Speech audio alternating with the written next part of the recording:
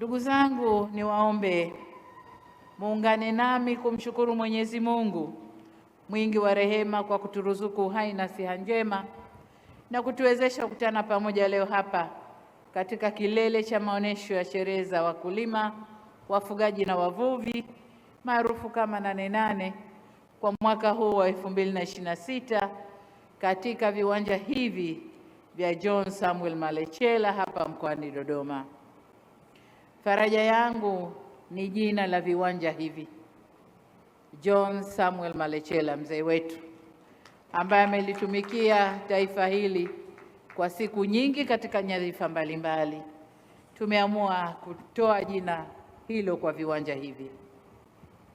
Aidha, ni kushukuru Mheshimiwa Waziri wa Kilimo na Waziri wa Uvuvi na Mifugo kwa kunialika kuja kujumuika na ndugu zangu wa Tanzania waliojitokeza kwa wingi mahali hapa ili kuadhimisha siku hii ya wakulima, wafugaji na wavuvi. Nawapongeza kwa maandalizi mazuri ya shughuli hii. Ujenzi wa uwanja, kweli tunaelekea kwa uwanja wa kimataifa. Bado tuna kazi ya kufanya, lakini tutafika huko. Miaka miwili, maonyesho mawili yajayo, uwanja huu utakuwa na hadhi nyingine, utakuwa na huduma zaidi na miundombinu zaidi ili uwe uwanja wa kimataifa. Na hapa nakubaliana na pendekezo lako Mheshimiwa Waziri wa Kilimo kwamba tutazindua maonyesho haya kwenye kanda mbalimbali, lakini kilele kitakuwa siku zote hapa Dodoma kwenye uwanja wa kitaifa, uwanja wa kitaifa wa shughuli hii. Pamoja na hayo, nichomekee jambo jingine, Mheshimiwa Waziri wa Kilimo na Waziri wa Mifugo na Uvuvi.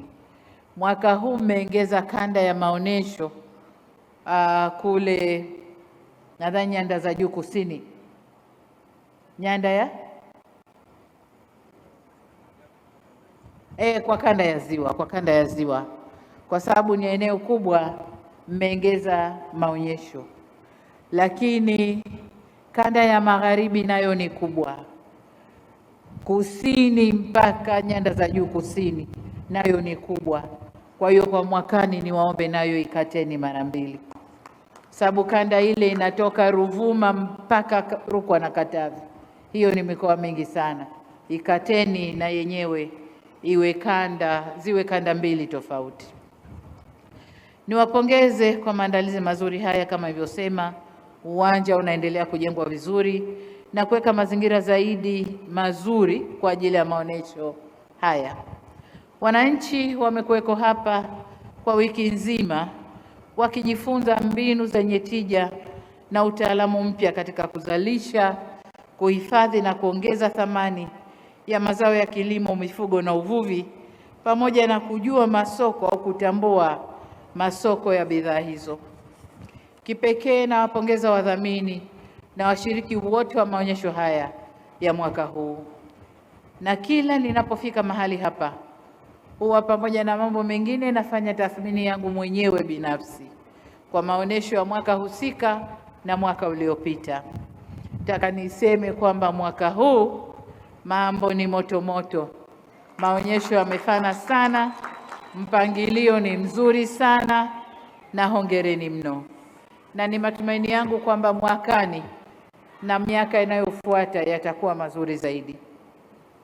Ndugu viongozi na wananchi wenzangu, kama ilivyo desturi, nilipowasili hapa katika viwanja hivi, nilianza kwa kutembelea baadhi ya mabanda ya maonyesho na kujionea shughuli mbalimbali za uzalishaji katika sekta za kilimo, mifugo na uvuvi. Nimetembelea banda la vijana wabunifu pamoja na banda la kampuni ya mbolea kutoka Urusi na kujionea matumizi ya teknolojia na ubunifu katika kuongeza tija. Nimefurahishwa pia na vijana niliokutana nao ambao wameonyesha uthubutu wa kutumia maarifa na ubunifu kutatua changamoto za uzalishaji katika sekta ya kilimo, mifugo na uvuvi. Kwa ujumla, maonesho haya tunayoshuhudia ni sehemu tu ya mengi mazuri tulionayo kwa wakulima, wavuvi na wafugaji wetu kote nchini. Katika banda la vijana nimekutana na vijana wabunifu waliounda drone au ndege nyuki ambayo kazi yake ni kumwagilia au kupulizia mazao. Hii ndege wamefanya wenyewe, lakini chini ya ulezi na mafunzo kutoka shirika la AGRA. Na katika kuwakuza, aliomba tumwongezee kimtaji ili aweze kujenga ndege kubwa zaidi. Aliyojenga inaweza kumwagilia robo eka, lakini akijenga kubwa zaidi ambayo itabeba kama lita 10 za dawa ataweza kumwagilia eka nzima. Kwa jitihada niliyoiona pale na nguvu iliyowekwa na AGRA na ubunifu wa vijana wale, nimekubali kutoa mtaji ili ajenge ndege nyuki ya kwanza na tuione kama inafanya kazi. Ikiweza kufanya kazi vizuri, basi serikali itamwongezea na imkuze ajenge nyingi zaidi na vijana wenziwe, ili wakulima sasa badala ya kubeba yale ya mgongoni na kupuliza hivi, warushe ndege nyuki zikapulize mazao. Lakini hapa niwapongeze sana shirika la AGRA kwa kazi kubwa hii walioifanya, lakini vile vile wametimiza miaka 20 ya kufanya kazi nasi hapa Tanzania. Hongereni sana AGRA. Ndugu zangu, tumefikia hatua nzuri. Kazi iliyo mbele yetu ni kuhakikisha kuwa mbinu na taaluma hizi tulizoziona hapa zinamfikia mkulima, mfugaji na mvuvi kule walipo. Tuhakikishe kwamba mambo haya tuliyoyaonesha hapa yanakwenda kumsaidia kuzalisha kwa tija, kupata soko na kuongeza vipato vyao. Huko ndiko tunakotaka kuona uwekezaji huu ukitoa matokeo ya moja kwa moja. Tuone mkulima, mvuvi na mfugaji anafaidi kule aliko na anaongeza kipato chake. Kwa muktadha huo, nawashukuru na kuwapongeza wakulima, wafugaji na wavuvi wote nchini kwa kazi kubwa wanayoifanya katika kulilisha taifa, kuzalisha malighafi za kiwandani au viwandani na kuliingizia taifa fedha za kigeni. Asanteni sana kwa mchango wenu, tunautambua na tunauthamini. Ndugu viongozi na wananchi wenzangu, sekta za kilimo, mifugo na uvuvi zimeendelea kuwa nguzo muhimu ya uchumi na ustawi wa taifa letu kwa kuchangia katika ukuaji wa pato la taifa, kutengeneza fursa za ajira na kukuza shughuli nyingine za kiuchumi kwa kiasi kikubwa. Tunapozungumzia uchumi wa viwanda, sekta hizi ndizo zinazozalisha baadhi ya malighafi. Kwa kutambua umuhimu huo, serikali imeendelea kuwekeza katika kuongeza tija na ushindani wa sekta hizi, ikiwemo kuongeza bajeti ya Wizara ya Kilimo kama ilivyosemwa hapa, kutoka shilingi bilioni 294 mwaka 2021/22 hadi shilingi trilioni 1 bilioni 105 mwaka 2005 na 2006 mwaka wa fedha tuliomaliza. Vile vile katika Wizara ya Mifugo na Uvuvi, bajeti imeongezwa kutoka shilingi 169.2 mwaka huo 21/22 hadi kufikia shilingi bilioni 476.6 mwaka jana wa fedha 25/26. Sambamba na hayo, tumeendelea kuimarisha huduma za ugani, kutoa ruzuku za pembejeo, kuboresha vyama vya ushirika na kupanua ushiriki wa sekta binafsi katika uzalishaji, uhifadhi na utafutaji wa masoko na uwekezaji kwenye minyororo ya kuongeza thamani ya bidhaa hizo. Aidha, serikali imeendelea kuimarisha upatikanaji wa mikopo na fedha za uwekezaji katika sekta ya kilimo kama vile tulivyofanya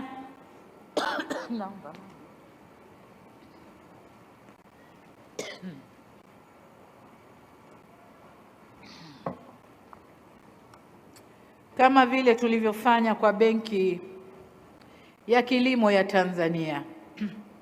Benki hii mwaka 2021 ilikuwa na shilingi bilioni 60 kama mtaji. Tumeipa nyongeza ya mtaji mwaka 2021 hadi 25 shilingi bilioni 392 na kufanya jumla ya mtaji kwa benki hii kuwa bilioni 452. Lakini mtaji huo umekwenda kutoa mikopo iliyotolewa na benki hiyo kufikia shilingi bilioni 248, ambapo mkopo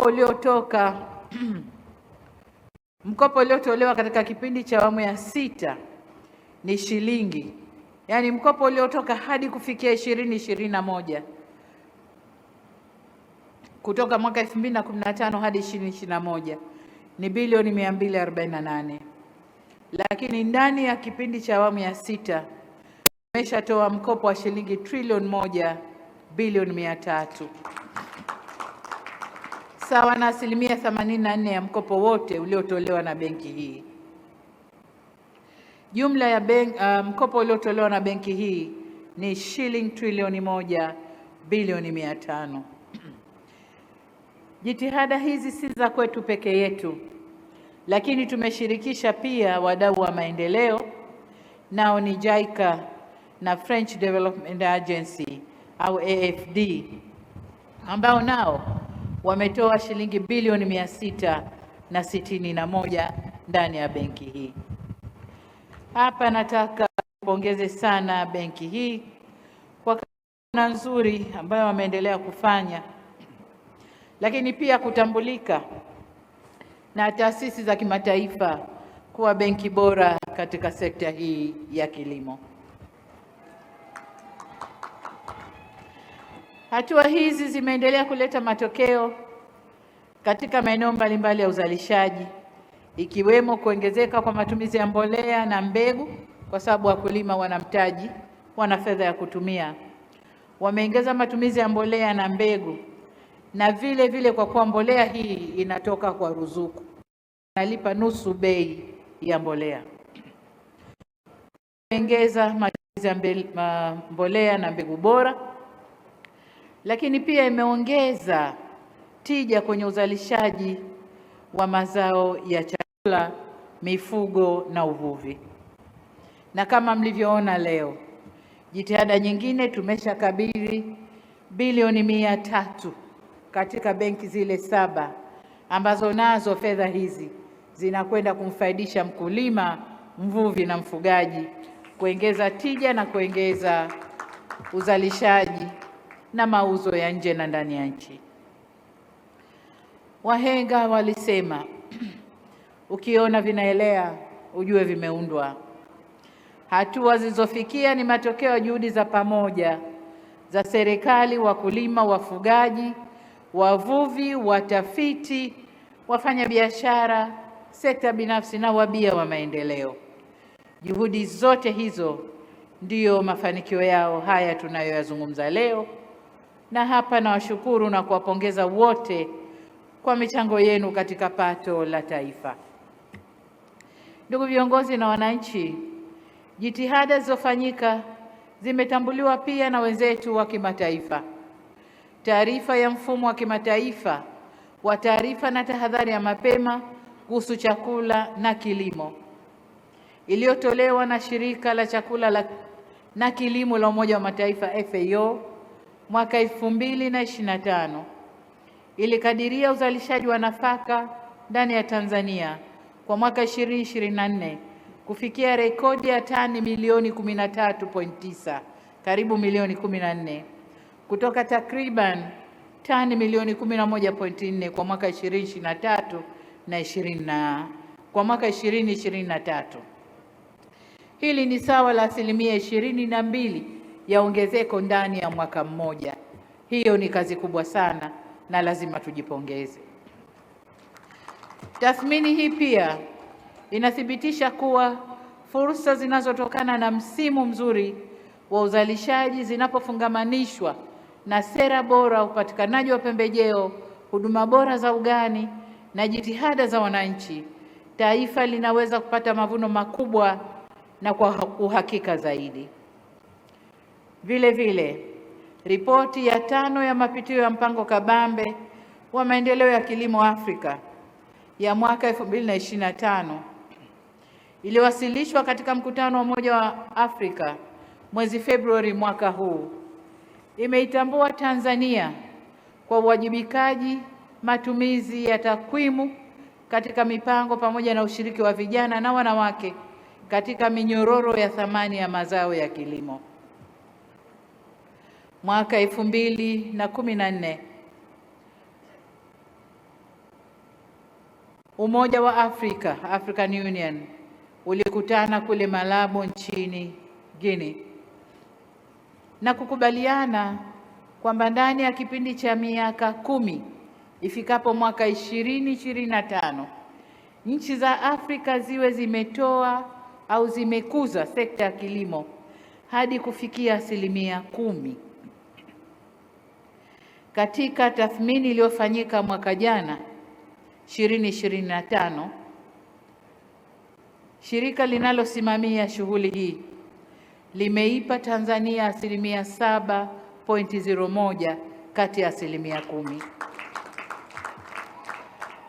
Ingawa hatukutimiza 10% mwaka jana, lakini tuko mbioni, tunaikimbilia 9.40 ambayo ni kiwango cha chini kilichowekwa ili nchi ihesabike kuwa katika kasi inayotakiwa kufikia malengo ya azimio la Malabo. Na tathmini ya mwaka jana imetoa muda zaidi kwa nchi zetu kuifikia 10%. Nina hakika kwa kasi tunayokwenda nayo hadi mwakani Tanzania tutafikia 9.4 na tutaingia kwenye nchi ambazo zinatambuliwa kwa maendeleo ya kilimo. Ripoti hiyo pia imeonyesha maeneo yanayohitaji kuwekewa nguvu zaidi, yakiwemo kuongeza tija, kuwekeza zaidi kwenye utafiti na teknolojia, kupunguza upotevu baada ya mavuno, kukuza lishe na kuongeza upatikanaji wa fedha kwenye sekta hizi. Sasa maeneo yaliyoainishwa kwa kiasi kikubwa serikali yetu tunaendelea kuyafanyia kazi, na ndio maana nasema miaka 2 ijayo Tanzania tutafikia kile kiwango cha chini cha 9.4 kilichowekwa. Ndugu wananchi, takumbuka pia kwamba nilipotembelea maonesho haya mwaka jana, nilisisitiza kuimarishwa kwa huduma za ugani nchini ili ziwafikie wakulima wengi na kwa ufanisi zaidi. Nafurahi kwamba sasa tumefikia hatua ya kuanzishwa kwa wakala wa taifa wa huduma za ugani za kilimo, kwa ufupi NAESA, ulioanza kazi mwezi Julai mwaka huu, na tayari leo nimezindua na kukabidhi magari 48 kwa awamu ya kwanza yatakayokwenda kutumika katika kufanikisha utekelezaji wa majukumu ya wakala huu. Aidha, nimezindua matrekta kwa ajili ya vyama vya ushirika. Mtakumbuka pia kwamba nilitoa ahadi ya kuanzisha vituo vya zana za kilimo katika zoni tutakazozitambua ndani ya Tanzania nzima.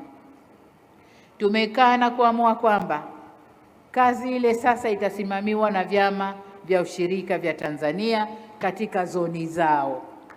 Hivyo basi nimekabidhi matrekta yale na zana tutakazozinunua kwa vyama vya ushirika ili wao wasimamie wakulima wao. Nisisitize kuwa vitendea kazi hivi vikatumika kwa malengo yaliyokusudiwa na si vinginevyo. Katika mwelekeo huo, nawapongeza Waziri wa Kilimo na Waziri wa Mifugo na Uvuvi pamoja na watendaji wao wote kwa kusimamia na kufanikisha hatua tuliofikia. Na nitoe wito kwa wizara, mamlaka na serikali za mitaa, taasisi za umma na sekta binafsi na wadau wengine kushirikiana na taasisi hii ili iweze kufanya kazi na kuafikia malengo ya kuanzishwa kwake. Ndugu viongozi na wananchi wenzangu, nchi yetu imeanza utekelezaji wa Dira ya Taifa ya Maendeleo utakayotuchukua mpaka mwaka 2050, na nimefurahishwa na kauli mbiu ya maonesho ya 8 ya mwaka huu inayosema tambua soko, ongeza tija, kutekeleza Dira 2050. Kauli mbiu hii imetambua umuhimu na uzito tunaopaswa kuweka katika kuyageuza malengo makubwa ya dira tuliojiwekea kuwa uhalisia katika kutimiza matamanio na matarajio yetu. Kimsingi, Dira 2050 imetoa nafasi kubwa kwa sekta za kilimo, mifugo na uvuvi katika kuongeza tija, kujenga viwanda, kuzalisha ajira na kupanua biashara. Ni dhahiri kuwa kutambua soko kunaongeza tija, na mfano tunao hapa Tanzania. Tulipolitambua na tukawa na soko la uhakika la tumbaku, tumewekeza nguvu kwenye sekta hiyo na tumeweza kuzalisha tumbaku kwa kiasi kikubwa. Tulipolitambua soko la kahawa, tumeweza kuongeza tija katika uzalishaji wa zao la kahawa. Vile vile katika mazao ya baharini, baada ya kutambua soko la Asia, China na nchi nyingine, leo watoto wa Kisukuma wanakuza na kufuga majongoo ya baharini. Majongoo ya baharini yalikuwa ni kwa watu wa pwani, watu wa baharini. Leo watoto wa Kisukuma na Kikuria wote wanafuga mazao ya baharini.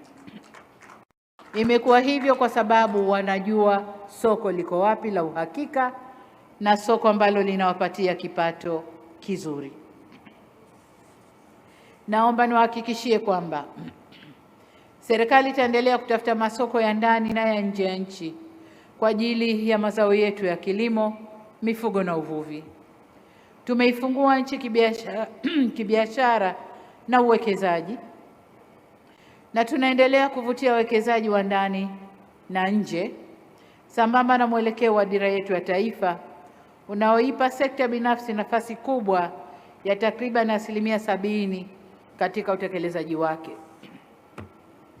Ndugu zangu, napoelekea kuhitimisha hotuba yangu, sasa najielekeza katika kutoa maelekezo yafuatayo. Maelekezo la kwanza nimeshalitoa, la kuongeza kanda za maonesho, lakini la pili, wizara hizi mbili zishirikiane na Wizara ya Tawala za Mikoa na Serikali za Mitaa kuhakikisha kama ilivyoeleza Wakala wa Huduma za Ugani unatekeleza majukumu yake kwa tija, ufanisi, ikiwemo kuimarisha dhana ya ugatuaji wa madaraka, yani D/D.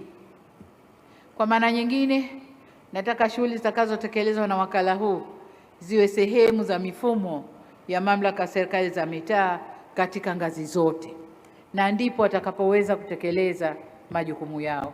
Vinginevyo TAMISEMI watasema hatusiki na nyinyi, watahusika moja kwa moja makao makuu na watashindwa kuwafikia vyema wale tunaowalenga. Lakini pili, taasisi zetu za utafiti wa kilimo, mifugo nchini ziendelee kufanya tafiti za ubunifu na teknolojia za kisasa na rafiki ili ziweze kutumiwa na wananchi katika kuongeza tija na uzalishaji katika sekta hizo za kilimo, uvuvi na mifugo.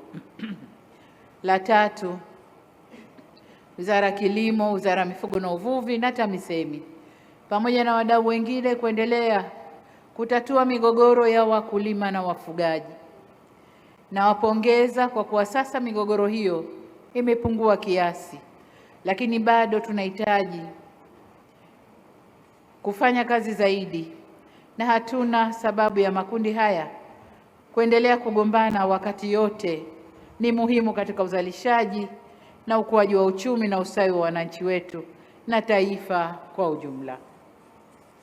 Ndugu zangu, kila ninapopata fursa ya kuzungumza na wananchi, huwa nasisitiza wajibu wetu wa pamoja wa kulinda amani, usalama na utulivu wa nchi yetu. Tunu hizi muhimu ndio msingi wa shughuli zote za maendeleo tunayoyajenga.